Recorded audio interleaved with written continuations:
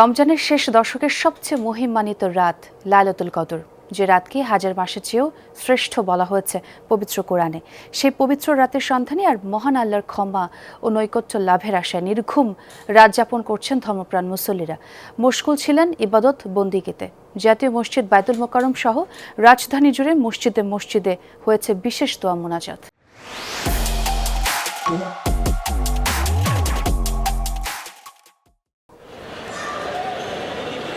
সে মহিমান্বিত রাতেই হজরত মুহাম্মদ সাল্লাল্লাহু আলাইহিস-সাল্লামের উম্মতদের জন্য নাজিল হয়েছিল পবিত্র আল কুরআন শরীফ।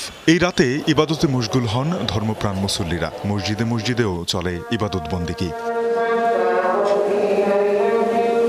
হাজার মাসের শ্রেষ্ঠ রজনীতে কায়মনুবাক্যে আল্লাহর কাছে প্রার্থনা করেন ইসলাম ধর্মাবলম্বীরা। খতম তারাবি শেষে অশ্রু ঝরিয়ে কাঁদেন পাপ মুক্তির আশায়। আগামী দিনগুলো সহজ ও শান্তির হোক, থেমে যাক হানাহানি, এই প্রার্থনা তাদের। আর ওদেরকে আমি বলেছিলাম যে সব তারাবি যদি তোমরা শেষ করো তাহলে 27শে রমজানের যে তারাবি আমরা বাইতুল মোকাররমে আদায় করব। আল্লাহর কাছে সবার মঙ্গলের জন্য দোয়া করব। এখানে নামাজ পড়বো, নামাজ পড়ে 12টা পর্যন্ত পড়বো, তারপরে আর কি বাসায় যাবো। ব্যক্তিগত নফল ইবাদতের সওয়াব বহুগুণ বেড়ে যায় এ রাতে। তিলাওয়াত, জিকির আশগারে রাত যত গভীর হয় ততই উদাসীন মুমিনের মন চায় স্রষ্টার অনুকম্পা। এই রাতটার জন্য আমরা গভীর অনেক আনন্দে থাকি, আবার অনেক অপেক্ষাও করি। তোমরা আল্লাহর ইবাদত এমনভাবে করো যেন আল্লাহকে তোমরা দেখতে পাও। যদি আল্লাহকে তোমরা দেখতে নাও পাও, আল্লাহ তোমাদেরকে দেখে। খোঁজার পর্যন্ত যেতে পারে এবং রাব্বুল আলামিনের কাছে, আল্লাহর কাছে যেন চাইতে পারে যেন আমার গুনাহ যেন মাফ হয়ে যায়।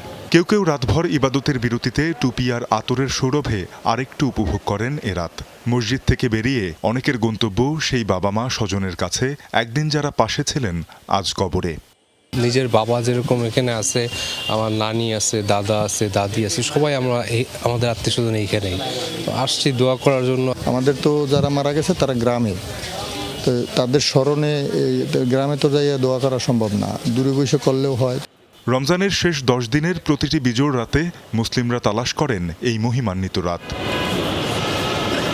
তানজিম শাফিন, যমুনা নিউজ, ঢাকা।